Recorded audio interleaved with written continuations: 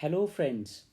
Welcome to this series in which we are discussing the multiple choice questions on Indian polity.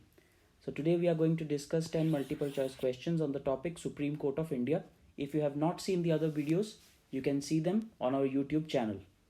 At the end of the video, do point out your scores in the comment section. So, let us start. First question. At present, what is the strength of the Supreme Court of India, including the Chief Justice of India? The options are A 31, B 25, C 34, or D 40. The correct answer is C 34.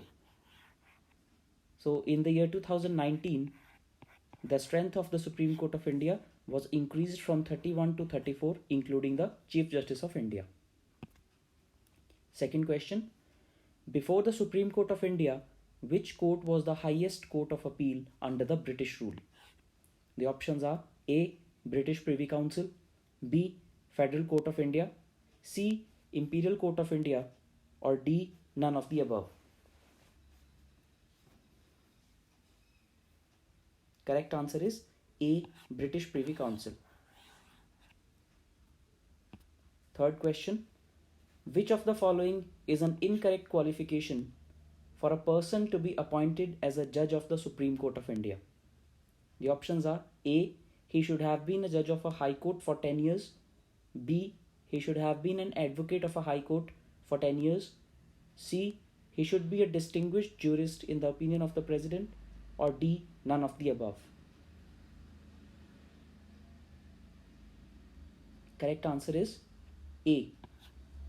So this is an incorrect statement because a person should be a judge of a high court for at least 5 years to be eligible to become a judge of the Supreme Court of India.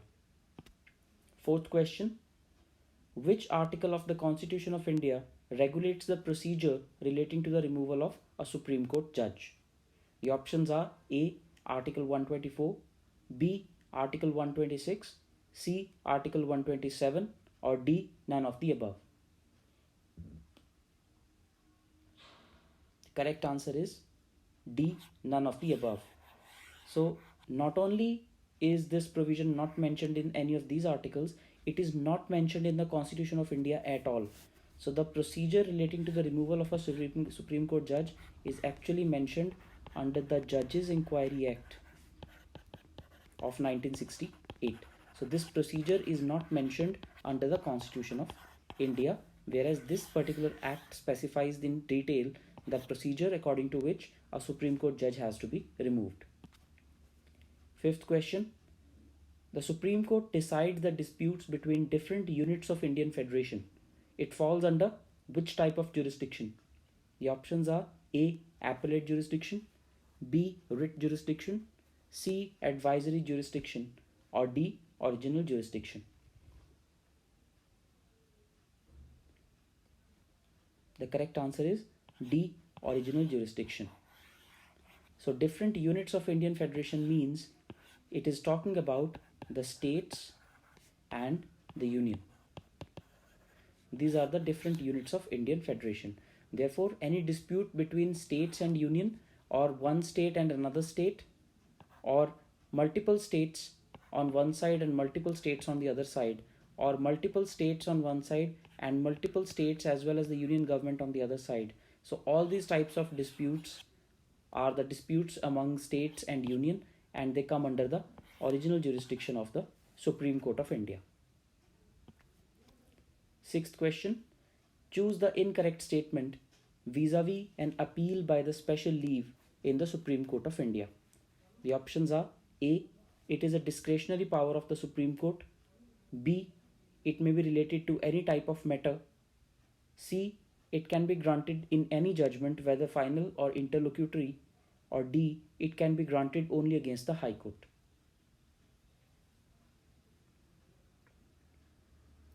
The correct answer is D.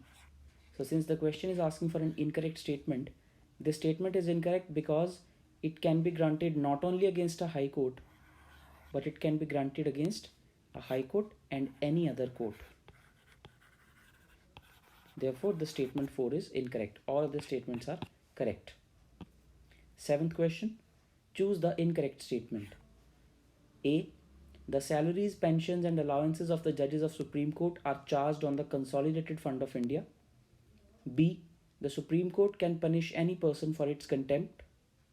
C. The judges of the Supreme Court are appointed by the Collegium. And D. The Parliament is not authorized to curtail the jurisdiction and powers of the Supreme Court.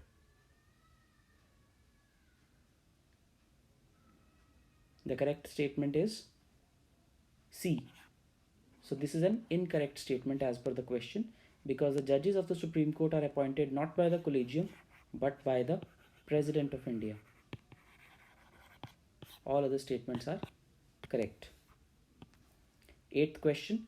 Under Article 143 of the Constitution of India, who is empowered to seek the advice of the Supreme Court? The options are A. The Prime Minister, B. The President, C. The Union Cabinet, or D. The Parliament. Correct answer is B. The President. So it is the President who can seek the advice of the Supreme Court of India under Article 143 of the Constitution. Ninth question. Choose the incorrect statement. A. The Supreme Court and High Courts are the ultimate interpreters of the Constitution of India. B. The Supreme Court has the power to review its own judgment or order. C. The Supreme Court decides the disputes regarding the election of the President and the Vice President. D. The Supreme Court inquires into the conduct and behavior of the chairman and members of the Union Public Service Commission on a reference made by the President.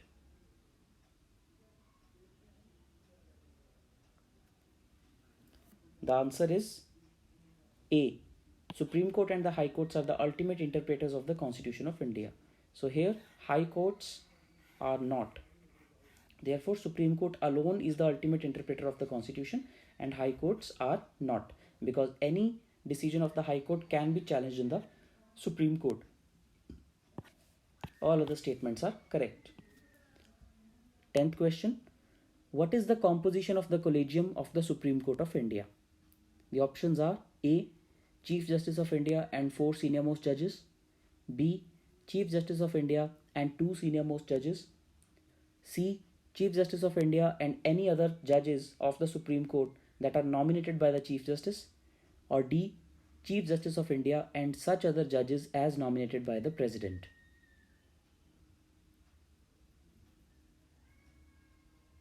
The correct answer is A. Chief Justice of India and 4 senior most judges of the Supreme Court. So these 5 members constitute the Collegium of the Supreme Court of India. And this particular Collegium was laid down in the 3rd judge's case. So there are 3 landmark judgments. The 1st judge's case, 2nd judge's case and the 3rd judge's case, in which the appointment of judges to the Supreme Court and High Courts was laid down. That procedure warranted that there shall be a collegium having the CJI and the 4 senior most judges, which shall decide on the elevation of judges to the High Court, elevation of High Court judges to the Supreme Court, and the transfer of High Court judges from one High Court to another. So thank you everyone. I hope you liked the questions. Do mention your scores in the comment section. Thanks for watching.